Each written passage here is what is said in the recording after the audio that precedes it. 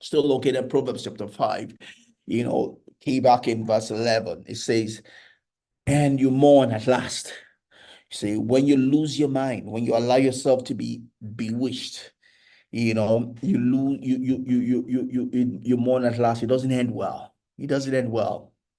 It doesn't end well. It might look good, it might look safe today, but if you lose your mind, if you're not in control of your mind, if you're not giving a living sacrifice to God, if what you're giving to God is a dead sacrifice, you're only doing what someone else tells you to do. You're not coming to a place of understanding and being responsible for what you're doing. It will only end in mourning. It will only end in mourning. So someday that person will not be there.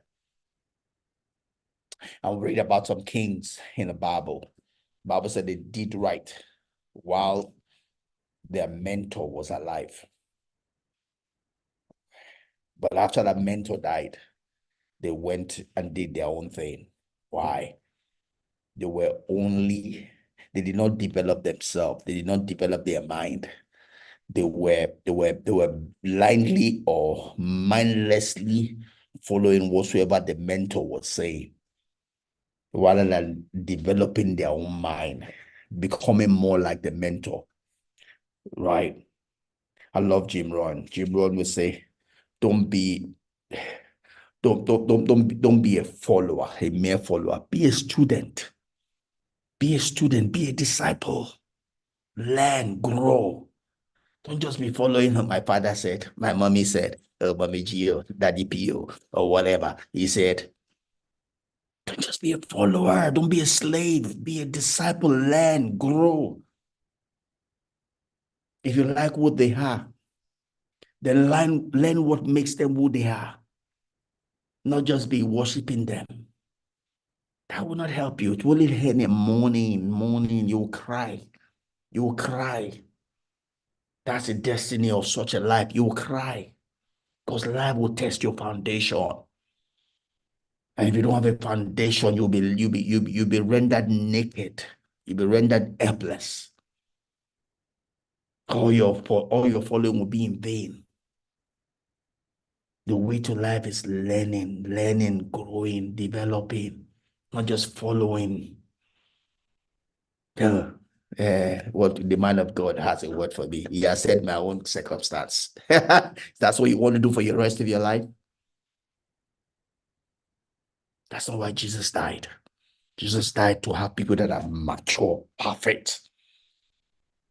Not children, sons, daughters. That's what God is looking for. Not children. That's not why Jesus died. So in Hebrews 6, it says, let's go to the more mature things. Let's go to the more mature things. Let's leave these small things when the man of God has said my own case. My man of God has said my own case. That's not why Jesus died. That's not why the veil was torn. The veil was torn so that every one of us can come. Not depending on the man of God. Every one of us can come. God says, the writer of Hebrews was saying, we'll come, I believe that's Hebrews, will that be 4:16 there? But it says, we can come boldly, not sheepishly, not through the man of God. Who is the man of God? The only intermediary we need is Jesus. We need to learn to find our way to Jesus, not the man of God who goes to toilet just like you and me. Find Jesus. Come to Jesus, not the man of God. Because if you still continue following the man of God to end in mourning, that's what Proverbs 5:11 is saying. Find Jesus. Know Jesus for yourself. Know Jesus for yourself. Know the way to the throne room for yourself. God says, come boldly that you might receive grace and mercy to help in a time of need. Not go to the man of God, say, in my own case. Yes, you might start like that as a child, but don't stay there. Grow. Come to the throne room, mature. Let's go to the higher things. Let's go to the more mature things. Not all of this man of God said my case. As long as you're doing that man of God, my case, you are bewitched by the man of God. You are a slave to the man of God. And it will not end well for you. That's what Proverbs 5:11 say. Not my words. It says he ends in mourning. Again, God allows a time of ignorance, the time of being a child. Yes, you are helped as a child, but don't stay there. Grow, mature.